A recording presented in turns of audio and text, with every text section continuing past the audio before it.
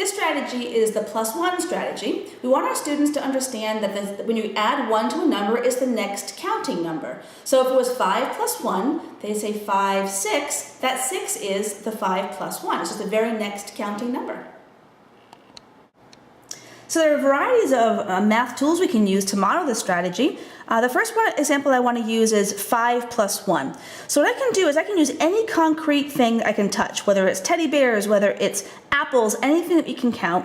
And I want to do 5 plus 1. So I'm going to count out 5 of one object. So 1, 2, 3, 4, 5. So I have my 5. And I want to add one more to that. In addition, we're adding to our pile of things or joining some things together. So I've got 5 plus 1, and now I can count them all up. 1, 2, 3, 4, 5, 6. The next level we want the students to get at is to count on, though. So since we know this is 5, we can count on one more and say 5 without counting each one, and then say one more makes 6. So we can use these, and we deliberately do use two different colors so children can see the two numbers being added together.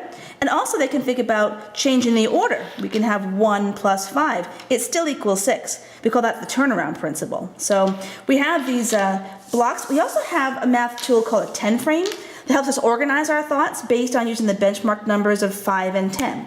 So if I were to write the equation here, so 5 plus 1 equals, what I would do is still take my 5 cubes, only now I'm going to put them on the 10 frame, and you'll see why this is important. By having our full 5 on this top 10 frame, we call that a fast 5. So there's no need to count each one. We know there's going to be 5 right there. And then I want to add one more. I put one more, and then I say, well, how many is that? Now, some students can count them all up, but we want to progress them to understand they can do as much smart lazy things as they can. And smart lazy would be doing, that's a fast 5. There's no need to count those. So they can say 5 and 6. And other children can even realize, as kind of like a picture, that that is 6 objects right there without even counting them. They can tell that that's 6. Now this also can then progress to doing pictures. So if I had 5 plus 1, we could do 5 circles.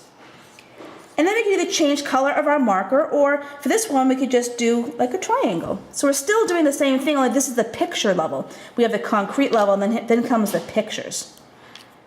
Another example might be 9 plus 1.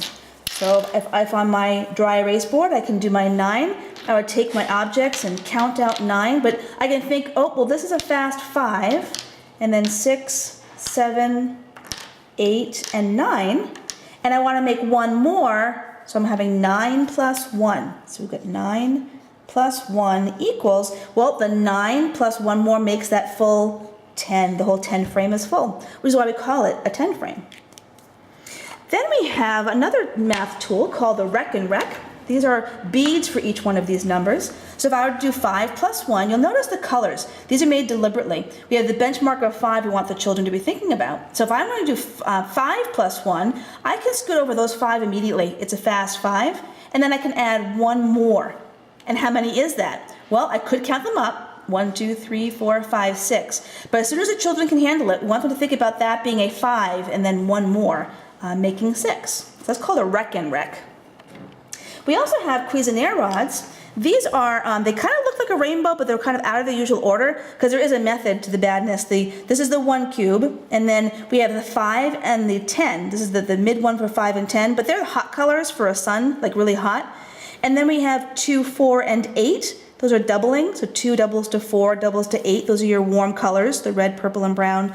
And then we have the ocean colors, the cool. We've got light green, dark green, and blue, which is 3, 6, 9. And then 7 is by itself as black, is a prime number. It doesn't belong with any other groupings. And 1 has the white by itself. So we have the children build the staircase so that we can then build equations. So if we're doing 5 plus 1, I grab a 5 rod. And we always have the staircase here for the children in case they've forgotten what number the rods are, but they learn them a lot faster than the adults actually. So if we have a 5 rod and a 1 rod, we're going to do that together, we can get the 6 rod and show how that does match up. And what you're looking at here is 5 plus 1 makes the 6. We also can see that 1 plus 5 makes the 6. And what's really strange, we can think about it as being 6 equals 5 plus 1, and the 6 equals 1 plus 5. Some ways we don't usually have shown that to the children, but it's super important that we do. And here would be an example of 9 plus 1. So we have 9 plus the 1 making the 10. And again, turning those around so they can see the 1 plus the 9 still makes the 10. and have the 10 equals those combinations. Another way we can show it is on a number line. Now number lines are pretty abstract. So those kind of come in down the road after you've done concrete and then pictures, and now we're going to this abstract number line. So if I want to do 5 plus 1, we're going to find the 5 on the number line, and that's our dot, and we're going to add one more, which brings us to the 6. So we use this as a tool. For 9 plus 1, we would start to our 9, and we would add one more to make it so we know that 9 plus 1 makes 10.